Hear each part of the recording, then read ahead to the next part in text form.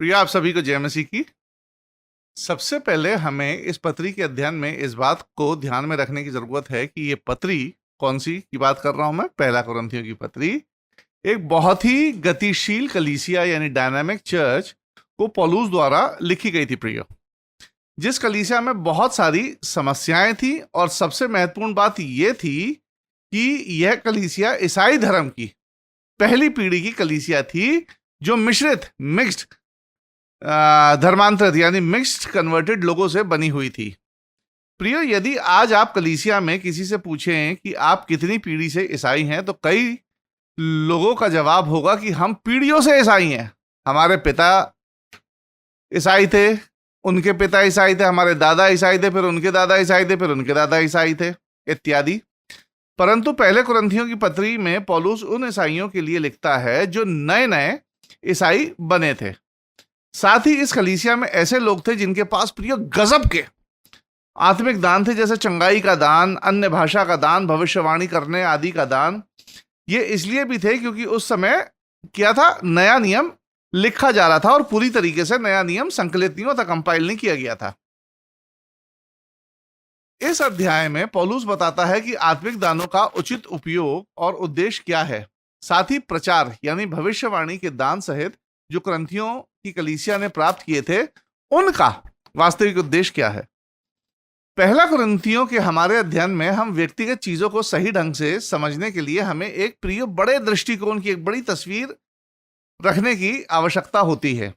यह पत्र प्रभावशाली समस्याओं के साथ एक बहुत ही सक्रिय कलीसिया यानी एक एक्टिव कलीसिया को निर्देशित करने के लिए पौलुस द्वारा लिखी गई थी, जिसकी हम चर्चा कर चुके हैं। जिनमें से कुछ समस्याएं प्रिय इस प्रकार थी, जैसे इस कलीसिया में पहली पीढ़ी के मसीह थे जो एक खराब मूर्ति पूजक समाज और उनके अभ्यासों को, उनकी प्रैक्टिस को छोड़कर मसीह धर्म में परिवर्तित हुए थे। दे वर फर्स्ट जनरेशन क्रिश्चियंस। फिर दूसरी चीज यदि अगर हम देखें तो इस कलीसिया में कई लोगों के पास प्रिय आत्मिक दान थे, जैसे चंगाई का दान, अन्य भाषा बोलने का दान, भविष्यवाणी करने का दान, साथ ही ज्ञान और ज्ञान से प्रेरित करने का दान। और तीसरी बात, इस कलीसिया के लोगों के पास अत्यधिक क्षमता थी। हालांकि वे लगातार अपने आत्मिक दानों का उपयोग करके कलीसिया में अपनी शोहरत, प्रसिद्धि, दर्जा, पदवी, ताकत और सत्ता पाने के लिए आपसी में लड़ते रहते थे। उनकी इस समस्याओं के उत्तर में पौलुस उन्हें, मतलब इस कलीसिया को, मसीह समान प्रेम का चरित्र विकसित करने के लिए प्रियो प्रोत्साहित करता है, ताकि उनका अभिमान यानी उनका घमंड समाप्त हो जाए और कलीसिया में एक सामंजस्य और शांति बनी रहे और साथ ही कलीसिया आत्मिक उन्नति में बढ़ती रहे।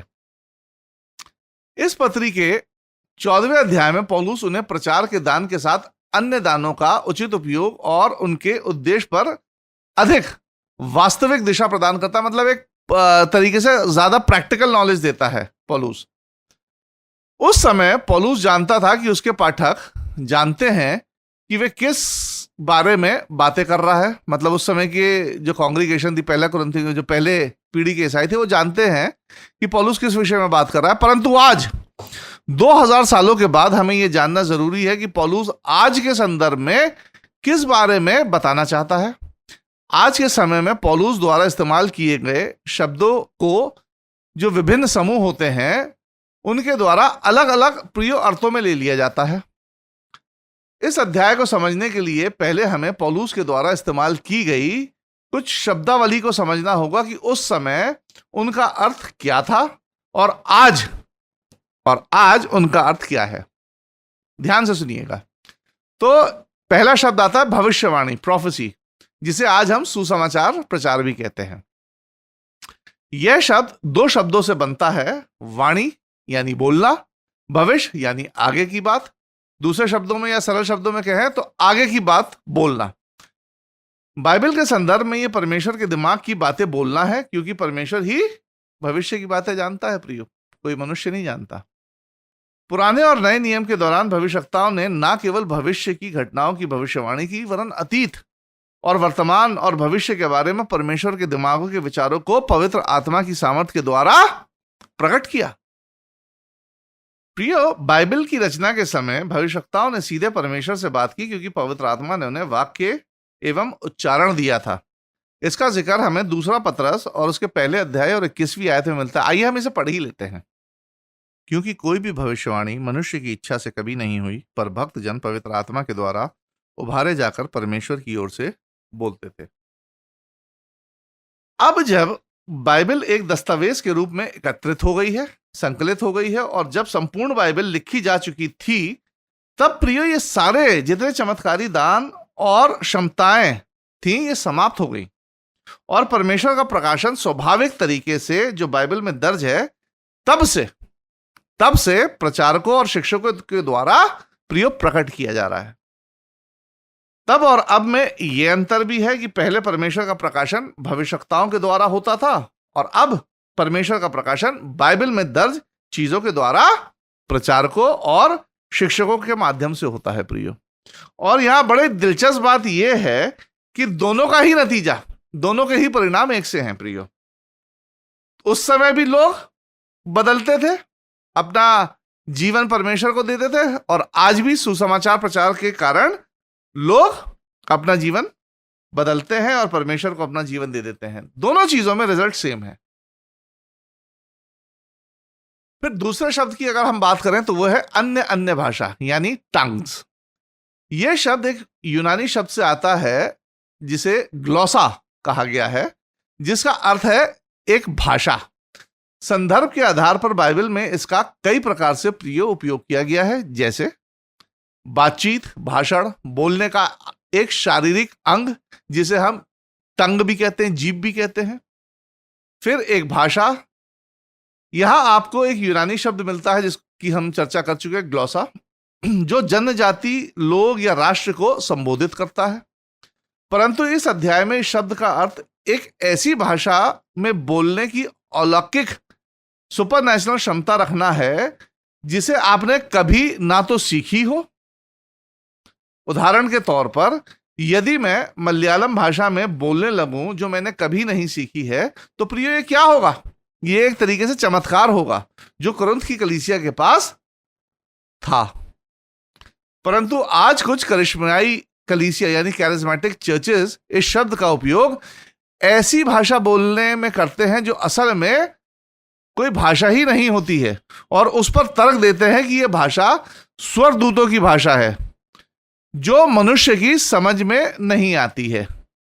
परंतु प्रियो, पूरी बाइबल में जब भी किसी स्वर्गदूत ने किसी मनुष्य से बात की है, तो स्वर्गदूत ने हमेशा से मनुष्य की परिचित भाषा में ही बातचीत की है। इसलिए यह शब्द टंग या अन्य भाषा का मतलब है वो कोई भी भाषा जो पृथ्वी पर बोली जाती है। फिर यदि हम तीसरे शब्द की बात करें तो वो है प्रकाशन, रेवलेशन। जैसे कुछ रहस्यमय घटनाएं जो मनुष्य केवल अध्ययन, बुद्धि, तर्क या सूझबूझ के माध्यम से जान नहीं सकता है। एक ऐसी जानकारी जो सिर्फ परमेश्वर अगर देना चाहे तभी मनुष्य को प्राप्त हो सकती है प्रियो। भविष्य में कुछ घटित होने की जानकारी, यह प्रकाशन होता है। उदाहरण इसका बहुत अच्छा है प्रियो। यूहन्ना को पतमुस द्वीप पर क्या मिला था? एक प्रकाशन मिला था, जिसे आज हम प्रकाशित वाक्य की पुस्तक में पढ़ते हैं। यह क्या था प्रियो? एक रेवलेशन था जो यूहन्ना को मिला था, प्रकाशन। फिर यदि हम चौथे शब्द की बात करें तो वो है अनुवाद, इंटरप्रिटेशन। इस शब्द का अर्थ जैसा इस अध्याय में प्रयोग किया गया है वो है एक ऐसी भाषा को समझने की क्षमता रखना जिसे आपने कभी नहीं सीखा हो। इस कलीसिया में ऐसा लगता है कि कुछ लोग केवल अन्य भाषा में बातें करते थे, बोल सकते थे, और कुछ अन्य भाषा को समझ सकते थे प्रियो। फिर लोगों को आगे वो समझा सकते थे। ये दान केवल तभी काम करते थे जब परमेश्वर और कुरिन्थ के लोगों के बीच संबंध होता था, साथ ही आपस में कलीसिया के लोगों के बीच में सामंजस्य और सहयोग होता था। प्रियो, ये एक लंबा अध्याय है, परंतु पौलुस पहली 4 आयतों में अपनी बात रखता है। शेष अध्याय विवरण और अनुप्रयोग की व्याख्या है, मतलब एक्सप्लेनेशंस हैं और डिटेल्स है। आइए अब हम टेक्स्ट में चलते हैं और पहला कुरिन्थियों की 14वें अध्याय की पहली आयत को पढ़ लेते हैं, जहां इस प्रकार लिखा है, प्रेम का अनुकरण करो और आत्मिक वरदानों की भी धुन में रहो, विशेष करके यह कि भविष्यवाणी करो। यहां पौलुस उनके आत्मिक दानों को कम नहीं करना चाहता था प्रियो, उनके उत्साह को कम नहीं करना चाहता था कलीसिया के, भले ही वे उनका दुरुपयोग कर रहे थे, परंतु पौलुस चाहता है कि लोग अपने उद्देश्य और मूल्यों पर कुछ समझ को प्राप्त करें। परमेश्वर के वचन के प्रचारकों को और परमेश्वर के वचन को समझें। दानों के अनुक्रम यानी हायरार्की में पौलुस, प्रियो ध्यान दें, भविष्यवाणी को सबसे ऊपर उपयोगी एवं मूल्यवान दान के रूप में रखता है। अगले 3 पदों में वह बताता है कि ऐसा क्यों है। आइए हम पहला कुरिन्थियों उसके 14वें अध्याय की दूसरी आयत को पढ़ेंगे प्रियो। क्योंकि जो अन्य भाषा में बातें करता है वह मनुष्य से नहीं परंतु परमेश्वर से बातें करता है, इसलिए कि उसकी बातें कोई नहीं समझता, क्योंकि वह भेद की बातें आत्मा में होकर बोलता है।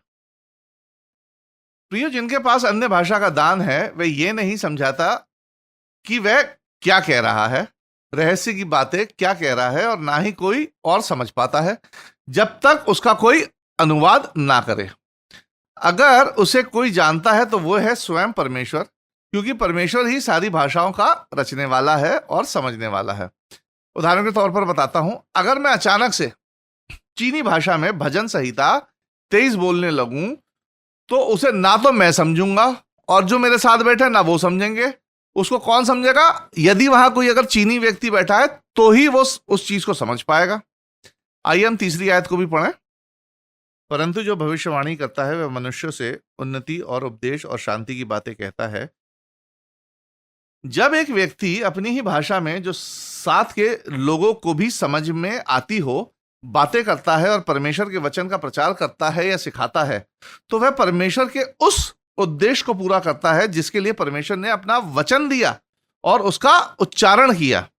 एक स्वाभाविक तरीके से परमेश्वर के वचन का प्रचार करना यानी इस अध्याय और पौलुस के अनुसार भविष्यवाणी करना कुछ चीजों को प्रियो बढ़ावा देता है, जैसे उन्नति, नसीहत, एडिफिकेशन। प्रियो, यूनानी भाषा में इसका मतलब एक घर के निर्माण जैसा है। इसका उपयोग नए नियम में दूसरों में आत्मिक विकास के निर्माण या प्रोत्साहन का वर्णन करने के लिए किया गया है। यह उदाहरण के द्वारा किया जाता है जो कमजोर लोगों को शिक्षण और समर्थन प्रदान करता है। फिर आता है उपदेश, धार्मिक शिक्षा, परामर्श, संबोधन, एग्जॉर्टेशन। एक तरह से इसका अर्थ है अपनी तरफ बुलाना, मूल रूप से दूसरों को उचित आचरण के लिए अपनी तरफ बुलाना या आग्रह करना। हमेशा लोगों के सुधार के इरादे से उनके अच्छे भविष्य के लिए अक्सर इस शब्द का प्रयोग किया जाता है, अर्थात लोगों को अधिक मैच्योर, परिपक्व बनाने के लिए। फिर है सांत्वना, दिलासा, तसल्ली, शांति, कॉन्सोलेशन। यह शब्द परामर्श, संबोधन आदि से ही आता है, परंतु इस अध्याय में इसका एक अलग उद्देश्य है प्रियो। सांत्वना का अर्थ है साथ में रहना या साथ में आना, वो भी बड़ी दीनता और कोमलता के साथ। कई लोग पवित्र आत्मा को संदर्भित करने के लिए प्रिय शब्द का प्रयोग करते हैं, जैसे कंफर्टर, दिलासा, शांति देने वाला।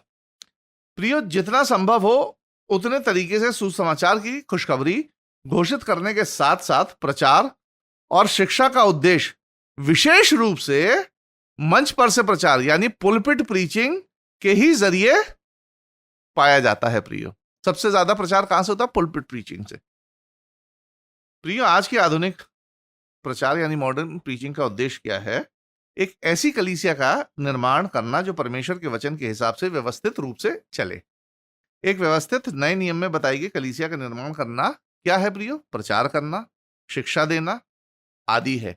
ये सब चीजें विभिन्न प्रकार की सेवकाई और विभिन्न प्रकार की परियोजनाओं के प्रबंध के माध्यम से होती हैं। जैसे कलीसिया को एक समूह और व्यक्तिगत रूप में सही कार्य करने के लिए प्रियो मोटिवेट करना, प्रोत्साहित करना। प्रियो, शायद यही सेवकाई का सबसे कठिन कार्य होता है, क्योंकि लोगों को उनके गलत कार्यों पर टोकना, उनके पापों को इंगित करना बिल्कुल अच्छा नहीं लगता है। कई प्रचारकों की सेवकाई ऐसा करने पर ध्वंस और यहां तक कि कठिनाई में पड़ जाती है, क्योंकि ऐसा करने पर अक्सर प्रचारक लोगों के क्रोध और आक्रोश को भड़का देते हैं और लोग जो होते हैं पश्चातावा करने के बजाय बदला लेने का विकल्प चुनने लगते हैं। वो उल्टा पास्टर और प्रचारकों के गले पड़ जाते हैं प्रियो। फिर कलीसिया के निर्माण में एक और चीज आती है प्रियो, आत्मिक और शारीरिक कमजोर लोगों को वचन के माध्यम से प्रोत्साहित करना, विशेषकर ऐसे स्थान और ऐसी परिस्थितियों में जहां परमेश्वर की दया, सामर्थ और भलाई लोगों को याद दिलाई जा सके। उदाहरण के तौर पर विवाह समारोह, अंतिम संस्कार समारोह, अस्पताल के दौरान इत्यादि। पौलुस लोगों को याद दिलाता है कि ऐसी सारी चीजें लोगों को कलीसिया में प्रिय चाहिए, और भविष्यवाणी या फिर आज के संदर्भ में प्रचार करने का दान, ये सारी चीजें कलीसिया को प्रदान कराता है। संगति करना अच्छा है प्रियो, लोगों से मेल मिलाप रखना अच्छा है, परंतु जब एक व्यक्ति आत्मिक रूप से टूटा हुआ हो या सांसारिक रूप से भी परेशान हो प्रियो, तब उस समय एक व्यक्ति को परमेश्वर का वचन ही संभालता है प्रियो। और ये सब जो है हम सब ने पर्सनल एक्सपीरियंस किया होगा अपनी जिंदगी में कभी ना कभी। और ऐसे में पौलुस के अनुसार भविष्यवाणी करना और आज के समय में प्रचार करना उचित है और महत्वपूर्ण होता है। प्रियो, आज हम अतीत, वर्तमान और भविष्य के बारे में प्रत्यक्ष प्रकाशन से भविष्यवाणी तो नहीं कर सकते हैं, जैसा वचन आने के पहले नबी लोग किया करते थे, भविष्यवक्ता लोग किया करते थे। परंतु आज हमारे पास चूंकि परमेश्वर का वचन है, हम अतीत, वर्तमान और भविष्य की बातों का प्रचार कर सकते हैं प्रियो, और करते हैं, जैसा बाइबल में हमें बताया गया है। जैसे आज मैं बाइबल के परिप्रेक्ष्य में, मतलब बाइबल के पर्सपेक्टिव से अतीत की बातों को जानता हूं और कलीसिया को निर्देश देने के लिए इसका उपयोग कर सकता हूं, जिसका बहुत अच्छा उदाहरण पहला कुरिन्थियों की पत्री उसके 10वें अध्याय की 11वीं आयत में मिलता है। आइए हम इसे पढ़ लेते हैं प्रियो। परंतु ये सब बातें जो उन पर पड़ी दृष्टांत की रीति पर थी, और वे हमारी चेतावनी के लिए जो जगत के अंतिम समय में रहते हैं लिखी गई हैं। फिर मैं मसीह जीवन के मार्गदर्शन के लिए वर्तमान में वचन का उपयोग कर सकता हूं। 2 तीमुथियुस 3:16, हम इसे भी पढ़ लेते हैं। संपूर्ण पवित्र शास्त्र परमेश्वर की प्रेरणा से रचा गया है और उपदेश और समझने और सुधारने और धार्मिकता की शिक्षा के लिए लाभदायक है। फिर आज मैं वचन के माध्यम से भविष्य के बातों को जान सकता हूं कि दुनिया के अंत में क्या होगा और इसके लिए हमें कैसे तैयार रहना है। पहला थिस्सलुनीकियों 4 अध्याय उसकी 15 से 18वीं आयत, हम इसे भी पढ़ेंगे प्रियो।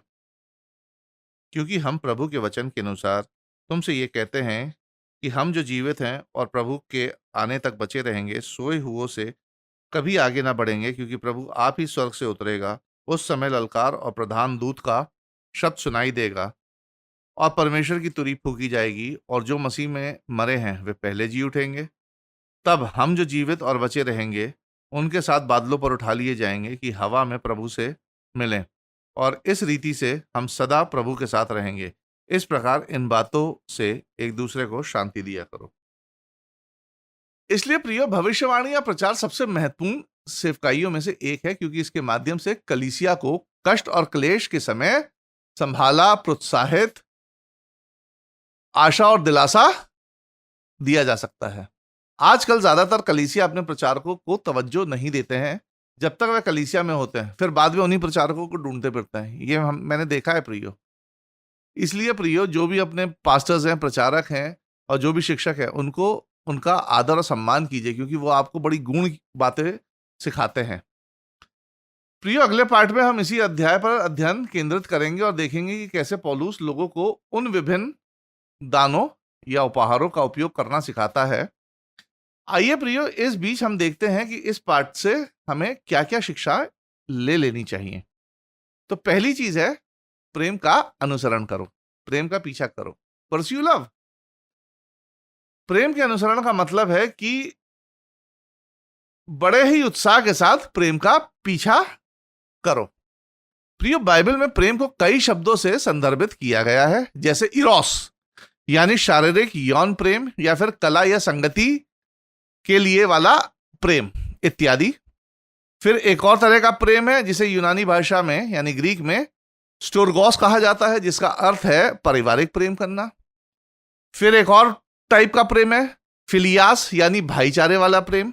परंतु इस अध्याय में पौलुस जिस प्रेम की चर्चा कर रहा है वह है अगापे वाला प्रेम, जिसका अर्थ है क्षमाशील। क्षमाशील प्रेम, फॉरगिविंग लव या बलिदान पूर्ण प्रेम रखना, सैक्रिफिशियल लव रखना। यह शब्द ऐसे प्रेम को संदर्भित करता है जो परमेश्वर ने प्रियो मेरे और आपसे किया और हमें एक दूसरे के साथ मसीह जीवन में करना चाहिए। आप प्रेमी होने की प्रतीक्षा ना करें कि परमेश्वर आप में ये गुण डालेगा प्रेम करने का, परंतु प्रेम के पीछे जाएं प्रियो, इसे स्थापित करें, खासतौर पर टूटने पर इसे पुनः स्थापित करें। कलीसिया में कई लोग एक आदर्श के रूप में रहना चाहते हैं। हम एक दूसरे से बहुत उम्मीद रखते हैं, परंतु जब लोग हमें नीचा दिखाते हैं, निराश करते हैं, क्रोधित करते हैं, तब हम एक दूसरे के साथ प्रेमपूर्ण रवैया बनाने के प्रयास को सक्रिय कर देना चाहिए। जब हमें लोग बाग नीचे गिराते हैं, क्रोधित करते हैं, हमें अपमानित करते हैं, तब हमें और ज्यादा अपने इस एटीट्यूड को, प्रेमी एटीट्यूड को विकसित करना चाहिए प्रियो, और उसमें हमें एक्टिव हो जाना चाहिए और उन लोगों के साथ फिर से अपने प्रेम को पुनः स्थापित कर लेना चाहिए जिनसे हमें चोट पहुंची थी। फिर दूसरी बात, आत्मिक वरदानों की धुन में रहो। पौलुस बताता है कि कुछ वरदान समाप्त हो जाएंगे, परंतु सब नहीं होंगे प्रियो। रोमियो 12:6-8। पौलुस इन आयतों में उन दानों और उन प्रतिभाओं का जिक्र करता है जो आज भी कलीसियाओं में कार्य करती हैं, जो पवित्र आत्मा द्वारा दिए जाते हैं, परंतु वो चमत्कारी नहीं होते हैं प्रियो। जैसे भविष्यवाणी करना, आज के समय में प्रचार करने की योग्यता रखना, सेवा करना, सेवकाई विभिन्न रूपों में हो सकती है, शिक्षा देना, यीशु मसीह के बारे में दूसरों को सिखाना, उपदेश, जो उपदेश के माध्यम से प्रोत्साहित और परामर्श दे सकते हैं, यानी क्रिश्चियन काउंसलिंग करना, फिर दान देना, कलीसिया के कामों के लिए, परमेश्वर की महिमा के लिए उदारता से दान देना, अगुवाई करना, चाहे वे प्राचीन हो, पास्टर हो या अन्य सेवकाई करने वाला प्रबंध करता क्यों ना हो। हर चर्च में पास्टरेट कमेटी गठित की जाती है इन सब कार्यों को करने के लिए प्रियो। दया दिखाना, उदारता, दीनता के कार्यों से संबंधित परोपकारी कार्य करना इत्यादि। प्रिय, ये सारे दान परमेश्वर हमें स्वर्गीय राज्य के विकास के लिए देता है। पौलुस कहता है कि हमें ऐसे दानों की धुन में रहना चाहिए और हमारी प्रार्थनाओं का विषय इन आत्मिक दानों को पाने का होना चाहिए, ना कि सिर्फ संसारिक चीजें पाने का। फिर अंतिम और तीसरी बात जो हमें इस पाठ से सीख लेनी चाहिए वह है, प्रचार का उद्देश्य कलीसिया को बढ़ाने का है प्रियो। प्रचार को किसी मनुष्य के द्वारा आविष्कार नहीं किया गया है। किसी मनुष्य ने प्रियो प्रचार का आविष्कार नहीं किया, वरन ये कलीसिया के पोषण के लिए परमेश्वर का एक तरीका है। प्रचारक सिर्फ एक कठपुतली होता है प्रियो, जो कुछ क्षण के लिए परमेश्वर के जीवित वचन का प्रचार करता है और प्रचार करने का एक माध्यम बनता है। एक प्रचारक की जीत वो होती है जब वह परमेश्वर का वचन बिना मिलावट के प्रस्तुत करे और सुनने वाले उसे खुशी से ग्रहण कर सकें और अपना जीवन परिवर्तित कर सकें। केवल इस तरह परमेश्वर की महिमा और कलीसिया की उन्नति को और प्रचार के उद्देश्य को उचित ठहराया जा सकता है प्रियो। तो प्रियो, हमारा ये पाठ यहीं समाप्त होता है। अगले पाठ के साथ आपके सामने फिर हाजिर होऊंगा। तब तक मुझे राजीव लैम्बर्ट की तरफ से आप सभी लोगों को जय मसीह की।